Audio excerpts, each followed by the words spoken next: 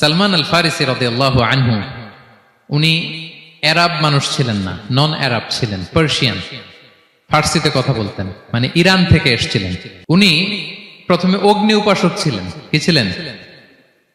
অর্থাৎ ওই যে জরাথুস্ত যারা আগুন দেখলে এরা পূজা করে, আগুনের পূজা যারা করে, জরাস্ট্রেনিয়ান, এই ধর্মে বিশ্বাসী ছিলেন। আগুনের পূজা করতেন ইরানে। তিনিও আগুনের পূজা করে, তার বাবাও আগুনের পূজা করে। তো একদিন বাবা একটা কাজে পাঠিয়েছে, ওই কাজ করতে যেয়ে সে খ্রিস্টানদের গির্জা ক্রস করতেছিল।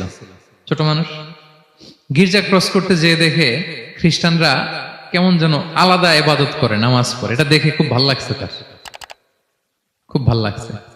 বাড়িতে এসে বাবারে বলে, বাবা আমি দেখলাম যে খ্রিস্টানরা তাদের চার্চে গির্জায় নামাজ পড়ে, এটা তো অনেক সুন্দর, আমরা যে আগুনের সামনে যা করি এটার চেয়ে ওইটা সুন্দর।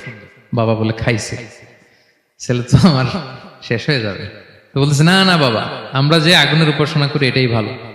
উনি বলেন, না, আমি অনেক চিন্তা করেছি, ওরা যেভাবে গডের কাছে চায় ওইটা শ্রেষ্ঠ। বাবার সাথে ছেলের, সালমানের অনেক তর্ক বিতর্ক।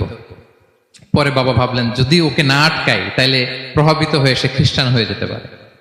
তো ঝগড়া তর্ক বিতর্ক শেষে তার পিতা তাকে শেকলবন্দি করলো। কি করলো? পায়ে শেকল লাগায় রাখছে। কিন্তু ছেলে তো মনে মনে খ্রিস্ট ধর্মের প্রতি আকৃষ্ট হয়ে গেছে। তো ওই খ্রিস্টানরা তার সাথে লুকিয়ে যোগাযোগ করত।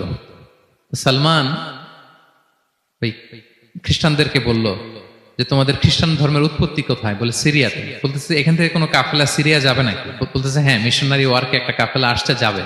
বলতেছে, যেদিন যাবে আমাকে বলবে। তো যেদিন যাবে তাকে এসে বলা হয়েছে তার বাবা নাই, সে শিকল ভেঙে, শিকল সহ ওই কাফেলার সাথে যে জড়িত হয়েছে।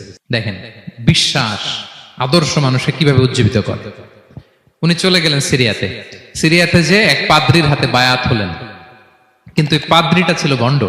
সে খ্রিস্টানদের দান সৎকা নিয়ে গরিবদের না দিয়ে নিজেই খেয়ে ফেলতো। তো বেচারা পড়লো বিপদে, যে হায় রে, এত সুন্দর ধর্ম রে কারাপ্টেড করতেছে সে। পরে এই পাদ্রি যখন মারা গেল, সালমান সে আরেক পাদ্রির কাছে গেল। আরেক পাদ্রির কাছে গেল। ওই পাদ্রি আবার অনেক ভালো, খুবই ইবাদত করে। তো ওই পাদ্রি কিছুদিন থাকার পরে ওই পাদ্রিও মারা গেল। ওই মারা যাওয়ার আগে সে জিজ্ঞেস করতেছিল যে, পাদ্রি, এই বর্তমান পৃথিবীতে সবচেয়ে ভালো খ্রিস্টান পাদ্রি কে? বলতেছে, আর কেউ নাই। যদি ভালো খ্রিস্টান পাদ্রি তোমাকে পেতে হয়, জানতে হয়, তোমাকে ইরাকের মোসেল শহরে যেতে হবে। এবার মোসেলে যে সে আরেক খ্রিস্টান পাদ্রির কাছে থাকলো। কিছুদিন পরে ওই পাদ্রিও মারা গেল। তো মৃত্যুর আগে তাকে জিজ্ঞেস করছিল যে, পাদ্রি আপনি বলেন তো, আপনার পরে শ্রেষ্ঠ পাদ্রি কে আছে পৃথিবীতে? সে বলতেছে, আমার পরে শ্রেষ্ঠ কোনো পাদ্রি আর পৃথিবীতে নাই। খ্রিস্টান ধর্ম শেষ হয়ে গেছে, নাই। তবে জেনে রেখো, শেষ জামানার নবী আসার সময় ঘনিয়ে এসছে।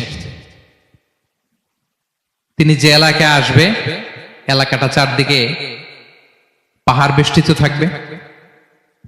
চারদিকে থাকবে পাহাড়, খেজুরের বাগান, মরুদ্যান। তাকে চেনার আলামত আছে। কি আছে? আলামত আছে। এক নম্বর আলামত হচ্ছে, ওই শেষ নবীকে দানের খাবার দিলে তিনি খায় না, কিন্তু উপহার দিলে সে নেয়, খায়।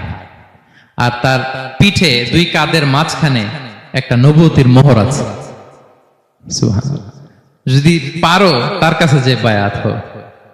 সালমান আল ফারিসি পাগল হয়ে গেছে ওনার সন্ধান পাওয়ার জন্য। কিভাবে যাবে, কিভাবে যাবে? তো উনি কিছু ছাগল পালতেন। একটা কাফেলা তিনি পেলেন, যে কাফেলা আরব কাফেলা, বনু কালবের কাফেলা, আরব দেশে যাচ্ছে। তাদের সাথে তিনি চুক্তি করলেন যে, আমার যত ছাগল আছে এই ছাগলগুলো তোমাদের দিয়ে দিব, তোমরা কি ওই এলাকায় আমাকে পৌঁছে দিবা? তারা বললেন, হ্যাঁ, পৌঁছে দিব। সব ছাগল দিয়ে দিলেন, রওনা হইলেন ওই এলাকায়।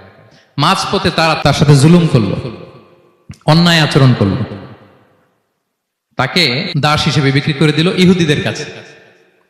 ওয়াদি আল কোরা নামে একটা জায়গা আছে, ওখানকার এক ইহুদির কাছে বিক্রি করে দিল। সে ইহুদির কাছে দাস হিসেবে থাকতে আরম্ভ করলো। অনেকদিন পরে, মদিনার পূর্ব নাম কি দেখি কে বলতে পারে? হ্যাঁ, মাশাআল্লাহ। তো মদিনার পূর্ব নাম হচ্ছে ইয়াসরিব। তো ইয়াসরিবের এক ইহুদি, বনু কুরাইজার ইহুদি, সে আসছে ওয়াদি আল কোরাতে তার কাজিনের কাছে। এসে দেখে নতুন এক দাস পাইছে, বলছে, আমি কিনবো, তুমি কিনতে চাও? তার কাছে বিক্রি করে দিল। তখন ইয়াসরিবের ওই ইহুদি, বনু কুরাইজার, সালমান আল ফারিসিকে নিয়ে ইয়াসরিবে চলে গেল। সুবহানাল্লাহ। মদিনার আগের নাম কি?